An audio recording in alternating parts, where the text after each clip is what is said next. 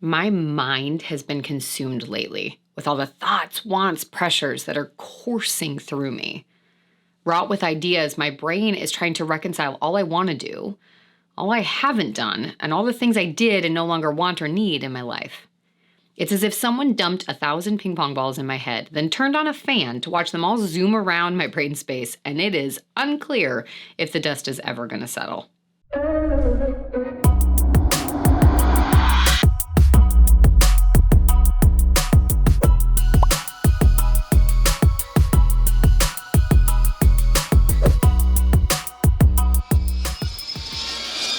Hey everyone, how's it going? I'm Wackett. Thanks for joining me for another video as we work to empower and equip you with the confidence and skills to write your own story so that you can live your life on purpose. Today I want to talk about the pressure of innumerable options and choices, slotted against a ticking time clock where the idea of doing it all is no longer something reasonable to chase. Now, I've been overwhelmed before. I think it's just part of the human condition. We ebb and we flow from feelings of overwhelm to nothingness. But this feels different. It's like I'm on the crux of something great, as a person, as a business owner, whatever it is, but it's hard to trust the process without wanting to rush it and make everything happen right now. I'm getting clearer on my vision for the professional and personal life I want and feel pulled to lead. But with that greater clarity comes eagerness and urgency, which you can understand can be difficult to differentiate from and mean very different things. I'm coming to see that time can be a curse if we're not careful. It's the only non-renewable resource in our lives. Now, yes, I understand there are other non-renewable resources in the world, but we're talking about my resources as an individual. Of the three main resources we hold, time, money, and energy, time is the only one that when spent is non-refundable.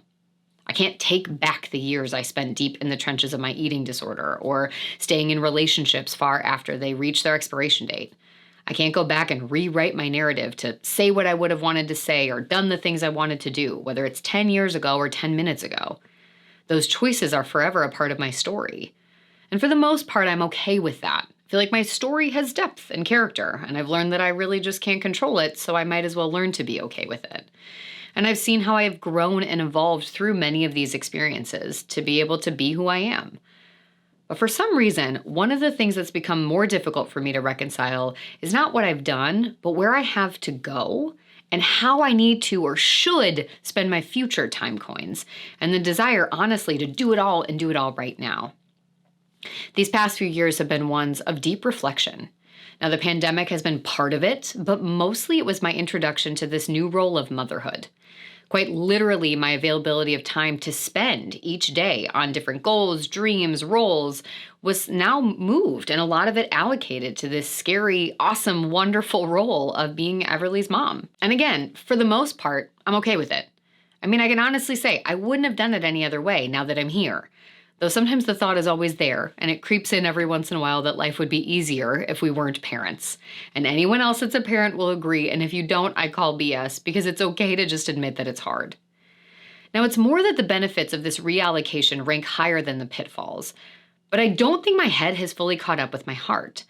See, my heart loves being able to spend an afternoon playing with Everly or snuggling up and reading books. I want to spend my time coins there.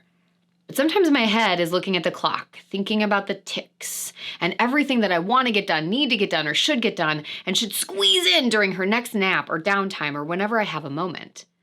And then what ends up happening is this pressure, this swirling, this looming pressure of everything I need to do leads me to decision fatigue. And then I stand there so overwhelmed by all the thoughts and feelings that I've spent my time and energy on that I just sort of exist and don't get any of it done, or piddle away at things that don't ultimately get me where I want to go so that I can at least say I accomplished something or got it done. One of the things that I'm sitting with is really questioning why.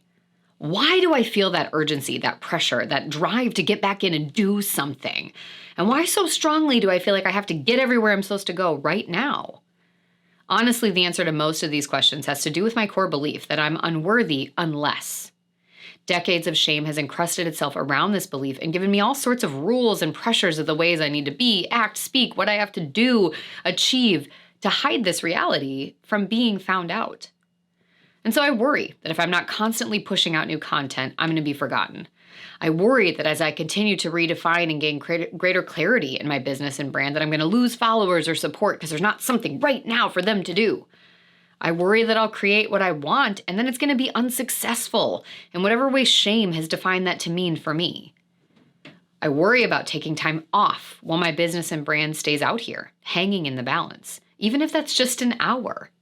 Almost like the fear anyone with a gap of work or education history has on their resume, feeling like when they go into an interview, they owe somebody an explanation for making the best or the necessary choices in their life and what they did in the meantime so they can prove that they're still worthy and valuable. I know that I have worth and value, and I know that what I do doesn't go away because I take time off. But again, I'm still feeling like I have all these places I have to go, and I have to spend everything right now and in every future step to get there. But the problem is, if I keep anchoring to outcome and I don't learn to trust the process, I'm only going to be living in a different iteration of my shame. I'm just going to resign myself to living on a conveyor belt, maybe different than the one I was on originally, but it's still a conveyor belt of churning things out and doing and chasing some place to decide that I'm going to be okay, or that me as a person, me as a mom, me as a homeowner, a business owner is somehow valuable now because I've achieved certain things. I need to learn to slow down. I need to learn to trust that my business, my brand, my life, my home, my daughter, these are all iterative processes and roles and places that we're growing and learning and evolving. That my business isn't defined by the number of sales that I have or the number of new videos that I put out, but about the values that are driving me to put out the quality of work that I want to support people in the world and to create those ripples. I need to learn that things take time. And that urgency place, again, comes from me trying to appease my shame, to say, you'll feel better if. You never do, but you keep chasing it. And instead say, I deserve to feel good now.